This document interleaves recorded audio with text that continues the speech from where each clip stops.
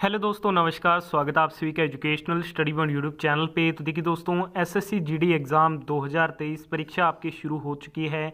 आज आपके 10 जनवरी का पहले दिन का सेकंड शिफ्ट का एग्ज़ाम खत्म हो चुका है। तो 10 जनवरी सेकंड शिफ्ट में जो ऑल 40 क्वेश्चन पूछे गए हैं जीके और हिंदी से रिलेटेड, उन सभी क्वेश्चनों का बिल्कुल 100% सही व सटीक उत्तर के साथ एग्जाम एनालिसिस आपको इस वीडियो में देखने को मिलेगा।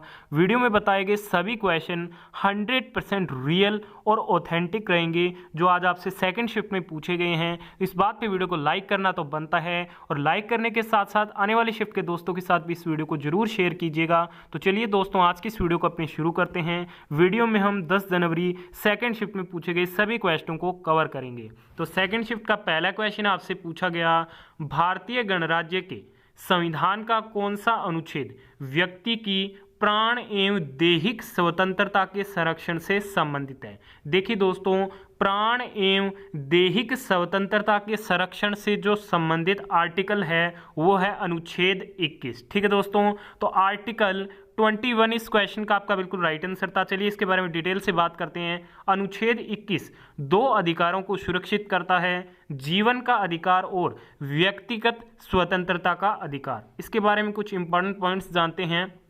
भारत के संविधान का जो अनुच्छेद 21 है वो कानून द्वारा स्थापित प्रक्रिया के अनुसार किसी भी व्यक्ति को उसके जीवन या व्यक्तिगत स्वतंत्रता से वंचित नहीं किया जाएगा, इससे रिलेटेड है।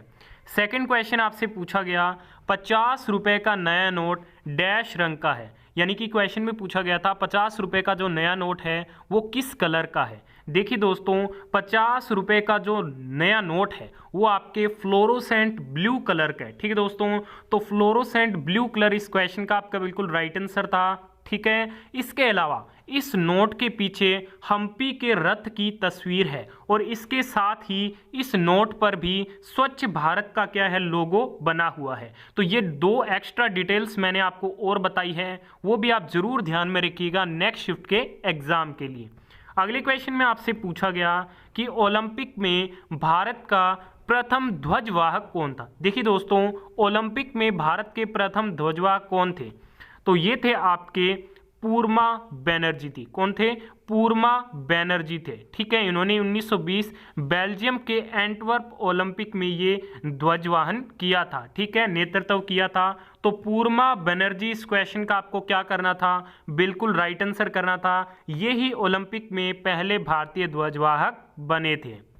अगले क्वेश्चन में आपसे पूछा गया, 2022 में त्रिपुरा से राज्यसभा सदस्य कौन नियुक्त हुआ। देखिए दोस्तों, 2022 में त्रिपुरा से जो राज्यसभा सदस्य नियुक्त हुए वो नियुक्त हुए बिप्लब कुमार देव। तो बिप्लब कुमार देव इस क्वेश्चन का बिल्कुल राइट आंसर था, और ये 22 सितंबर 2022 से है। ठीक है, तो ये पॉइंट भी आपको ध्यान में रखना है। अगला क्वेश्चन आपसे पूछा गया कि आंध्र प्रदेश का शास्त्रीय नृत्य कौन सा है। देखिए दोस्तों, इसी प्रकार से एक क्वेश्चन आपके फर्स्ट शिफ्ट में भी पूछा गया था और सेकंड शिफ्ट में भी पूछ लिया गया है। तो बात करते हैं आंध्र प्रदेश के शास्त्रीय नृत्य की, तो ये है कुचिपुड़ी। आने वाली शिफ्टों के लिए बता दूं, भरतनाट्यम तमिलनाडु का है, और जो कथकली है वो आपके केरल राज्य से संबंधित है। नेक्स्ट क्वेश्चन में आपसे पूछा गया कि बैडमिंटन में कितने अंक का गेम होता है। देखिए दोस्तों, जो बैडमिंटन का खेल होता है उसमें जो एक मैच में टोटल पॉइंट्स का गेम होता है वो 21 पॉइंट्स का होता है, और 21 ही आपको ऑप्शन में दिया गया था। तो 21 पॉइंट इस क्वेश्चन का बिल्कुल राइट आंसर था। इसके अलावा बात करते हैं टेबल टेनिस की, तो ये 11 पॉइंट का होता है, और जो वॉलीबॉल का खेल है वो 25 पॉइंट्स का होता है। नेक्स्ट क्वेश्चन में पूछा गया कि रेडॉक्स अभिक्रिया का उदाहरण इनमें से कौन सा है। ठीक है, तो एग्जैक्ट ऑप्शन तो नहीं मिल पाए हैं। देखिए दोस्तों, रेडॉक्स अभिक्रिया वह अभिक्रिया होती है जिसमें ऑक्सीकरण एवं अपचयन दोनों प्रक्रिया साथ साथ होती है, उसे रेडॉक्स अभिक्रिया कहा जाता है। जैसे H2SO4 की कार्बन के साथ जब अभिक्रिया कराई जाती है तो CO2 SO2 प्लस H2O का निर्माण होता है। ये क्या है? रेडॉक्स अभिक्रिया का उदाहरण है। अगले क्वेश्चन में पूछा गया कि आंकलन का पर्यायवाची शब्द बताइए। तो आंकलन के मैं आपको सारे पर्यायवाची शब्द बता देता हूं। प्राक्थन, अगणन, अर्धगणन, मूल्य निरूपण, आंक, कूट, तखमीना, आंकलन। ये क्या है? आंकलन के प्रमुख पर्यायवाची शब्द होते हैं। आपको इनमें से क्या ऑप्शन में दिया गया था, आप कमेंट करके बताइएगा। अगले क्वेश्चन में पूछा गया कि ऊंट के मुंह में जीरा मुहावरे का सही अर्थ बताइए। देखिए दोस्तों, ऊंट के मुंह में जीरा, मुहावरे का सही अर्थ हो जाएगा आवश्यकता से बहुत कम प्राप्त होने वाली चीज। ये क्या है? ऊंट के मुंह में जीरा होना मुहावरे का अर्थ है, जो कि इस क्वेश्चन का आपका बिल्कुल राइट आंसर था। अगले क्वेश्चन में आपसे पूछा गया कि जल के पर्यायवाची शब्द बताइए। देखिए दोस्तों, जल के काफी सारे पर्यायवाची शब्द होते हैं, तो मैं आपको सभी बता देता हूं। वारी पानी, नीर सलील, तोय उदक, अंबु जीवन, पेय अमृत, मेघ पुष्प। ठीक है, ये क्या है? जल के पर्यायवाची शब्द होते हैं। नदी के भी बता देता हूं, सरिता, तटनी, तरंगनी, निर्जरनी, आपगा, निम्गना और कुलकंशा। ये क्या है? नदी के होते हैं, जो आप नेक्स्ट शिफ्ट के लिए जरूर ध्यान में रखिएगा। चलिए आगे बात करते हैं। अगले क्वेश्चन में पूछा गया कि दिए गए शब्द का पर्यायवाची शब्द ज्ञात कीजिए। आपसे हिमालय का पर्यायवाची शब्द पूछा गया था। देखिए दोस्तों, हिमालय के पर्यायवाची शब्द होते हैं हिमगिरी, हिमाचल, गिरिराज, पर्वतराज, नगपति, हिमपति, नगराज, हिमाद्री और नगेश। ये क्या है? हिमालय के प्रमुख पर्यायवाची शब्द होते हैं, जो इस क्वेश्चन का राइट आंसर था। नेक्स्ट क्वेश्चन में पूछा गया एकल शब्द से रिलेटेड, जिसका खंडन न किया जा सके। तो जिसका खंडन न किया जा सके उसे हम क्या कहेंगे? अखंडनीय। ठीक है, तो अखंडनीय इस क्वेश्चन का आपका राइट आंसर था। अगले क्वेश्चन में पूछा गया अनंत का पर्यायवाची शब्द। तो अनंत का पर्यायवाची शब्द हो जाएगा असीम, बेहद, निसीम, अपरिमित, अविनाशी, नित्य, अक्षम, अक्षुण, अमर, अतिशय, अधिक, अगणित, असंख्य, बहुत, बेशुमार, आकाश, आसमान, नभ, गगन। ये क्या है? आपके अनंत के पर्यायवाची शब्द हो जाएंगे, जो इस क्वेश्चन का आपका बिल्कुल राइट आंसर था। आप बताइएगा अनंत का पर्यायवाची पूछा गया था या फिर विलोम पूछा गया था।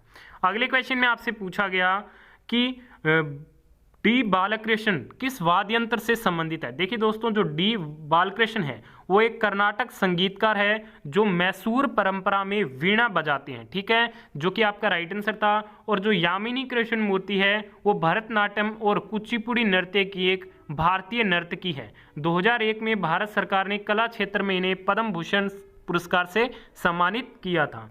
अगले क्वेश्चन में पूछा गया कि 5वीं एंड छठी पंचवर्षीय योजना के मध्य के अंतर को क्या कहते हैं। तो इसे रोलिंग प्लान कहा गया था, जो कि 1978 से 1980 तक था। ठीक है, अब बात करते हैं फर्स्ट 5 ईयर प्लान के बारे में। तो ये 1951 से 56 तक था, दूसरा 56 से 61 तक था, तीसरा 1961 से 66 तक था, फिर प्लान हॉलीडेज आया जो कि 1966 से 1969 तक रहा। तो ये कुछ एक्स्ट्रा फैक्ट्स है, नेक्स्ट शिफ्ट के लिए जरूर ध्यान में रखिएगा। अगला क्वेश्चन पूछा गया खाने की शुरुआत या फिर मुख किस में खुलता है। तो ये मुख गुहा यानी कि बकल कैविटी से इसकी शुरुआत होती है, जो कि आहार नाल का प्रथम भाग होता है। ठीक है, आहार नाल के प्रमुख भाग कौन कौन से होते हैं? मुख गुहा, ग्रास नली, अमाशय और फिर आंत। ठीक है, जो कि इस क्वेश्चन का आपका राइट आंसर था।